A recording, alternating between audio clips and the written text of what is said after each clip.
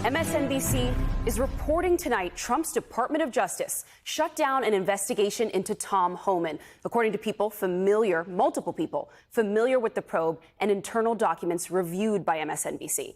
In an undercover operation last year, the FBI recorded Homan, now the White House border czar, accepting $50,000 in cash after indicating he would help agents who were posing as business executives win government contracts in a second Trump term. It's unclear what reasons FBI and DOJ officials gave for shutting down the probe, but a Trump DOJ appointee called the case a deep state probe earlier this year, and no further investigative steps were taken, sources say. Joining us now is one of the reporters who broke this story for MSNBC, Carol Leonnig, MSNBC senior investigative correspondent. Carol, it is good to see you. Thank you for joining us with this incredible reporting tonight. Can you break down for us what you've learned? Yes. What Ken Delaney and my colleague here at MSNBC and I learned was that in the summer of 2024, when Trump was running for office and Tom Homan was at his side on many a campaign trail event and basically publicly touting that he was going to be an important part of the president's border initiatives and in the administration, during that time, the FBI began hearing from the subject of another investigation that Tom Homan was soliciting bribes and doing so in exchange for promises that he would eventually be in the administration and be able to deliver and influence federal contracts to help those businesses that paid him.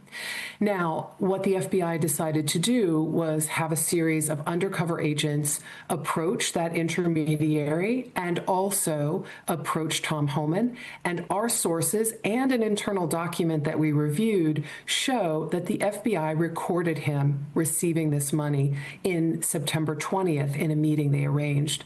This is all before Trump is president, but it is really interesting because they didn't go after Tom Homan. They happened to learn from another investigation that Tom Homan apparently had this scheme of making money by offering this.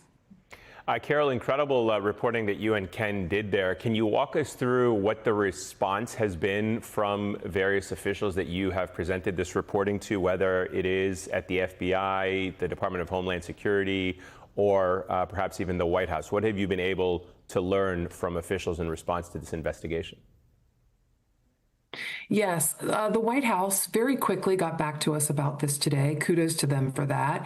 And also Kaj Patel and Todd Blanche, the acting Deputy Attorney General, all issued statements to us in which they told MSNBC essentially that this was an improper investigation begun during President Biden's term, and that it was an attempt to go after a Trump ally, and they shuttered the case because they viewed it as lacking sufficient evidence to proceed. Of course, that is not at all how the FBI agents or the prosecutors working on this case viewed it. Carol, the FBI and DOJ prosecutors took no further steps in late 2024. Why is that? So here's the rub and the unusualness. I'm so glad you asked that question, Elise. What happens here is when Tom Homan is allegedly making a promise and recorded accepting $50,000 in cash for this alleged promise, he is not a public official. So he cannot be charged with a strict bribery crime, which is normally what you would charge someone with if they were offering to help influence contracts in office in exchange for money.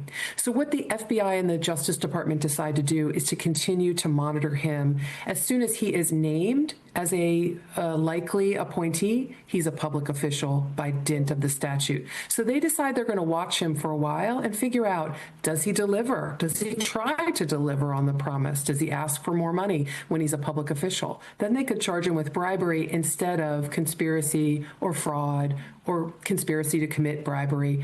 They decide they should just continue their investigation.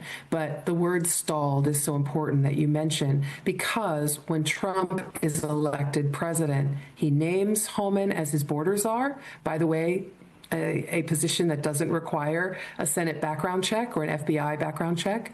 And immediately, the appointees of Donald Trump are very sour on this investigation when they get into DOJ and into the FBI and are not interested in it being pursued.